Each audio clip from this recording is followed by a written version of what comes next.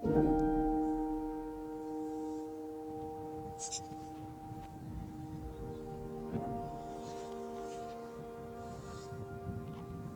hello everybody. My name is Jameson Chase Young, and this is Coins in History. I'm standing here still at the Goat Canyon Trestle Bridge, built in 1933, but I'm not talking about it, and I'm not talking about the Walking Liberty. I'm talking about the 1933 penny, the only other coin that was made in 1933. In 1933, for Great Depression reasons, they only made two coins: Walking Liberty and the 1933 wheat penny.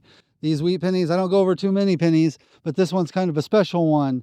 And with this penny, the Philadelphia mint that has this penny in particular is a Philadelphia. It has no mint mark, and they minted over 14 million of them. And the Denver mint of the 1933 penny was a little over 6 million. I think it was 6,200,000. And the survival estimate is only around 620,000 of all grades, high grade, low grade, around 620,000. Other keynotes are like the guy who designed this, his name was Victor David Brenner. The diameter is around 19 millimeters. The weight of the 1933 wheat penny is 3.11 grams. Its composition is around 95% copper, 5% tin, and zinc. And the wheat penny, the Lincoln cent wheat penny, was the United States penny from around 1909 to 1958. So it is more rare, but like this one cost me like $1. So it's not like an incredibly more rare or crazy expensive, but they are more rare, so they do go for quite a bit. I'll get the close-ups in the tunnel. It was this also year. We're not going to talk about the bridge again. We're going to talk about Franklin D Roosevelt. He was born in 1882, died in 1945 during World War II.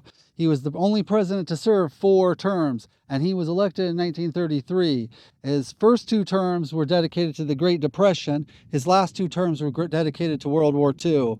His most notable accomplishments were how he handled the Great Depression with things like the New Deal and Social Security and all those safety networks. Also, how he handled World War II.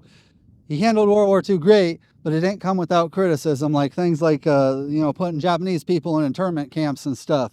But FDR is kind of a special place in my heart, because growing up, all the old people were give or take the World War II generation, and they all had memories of FDR, even if they didn't like him. He was the president like most of their lives. Like by the time they turned 20, 21, 22, and he had passed away, yeah, he had been the president most of their lives.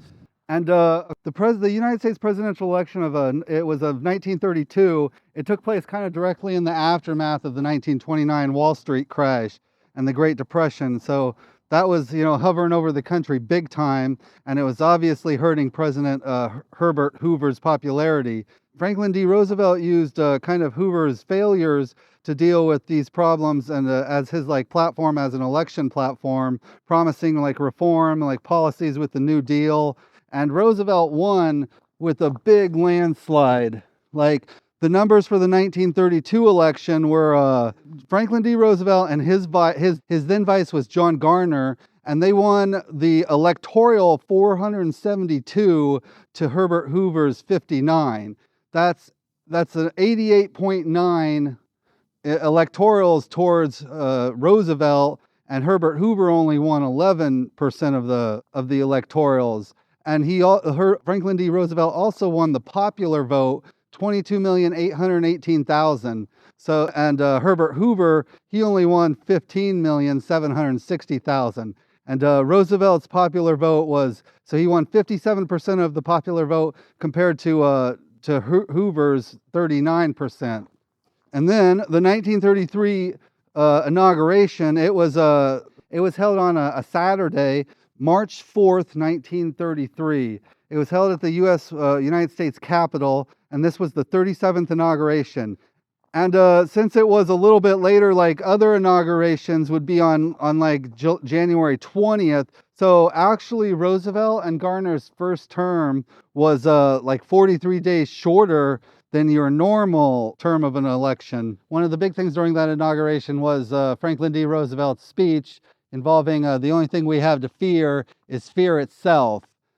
Faithfully execute the office of President of the United States and will, to the best of your ability, preserve, protect, and defend the Constitution of the United States. So help you God. I, Franklin D Roosvelt, do solemnly swear that I will faithfully execute the office of President of the United States and will, to the best of my ability, preserve, protect, and defend the Constitution of the United States. So help me God. And a decision which the present situation of our people impels. So first of all, let me assert my firm belief that the only thing we have to fear is fear itself. Nameless, unreasoning, unjustified terror, which paralyzes needed efforts to convert retreat into So advance. I'm sorry about the wind, but anyway, my name is Jameson Chase Young. Thank you for tuning in. Please like this video. Please subscribe to the channel. This is Coins and History. Thank you.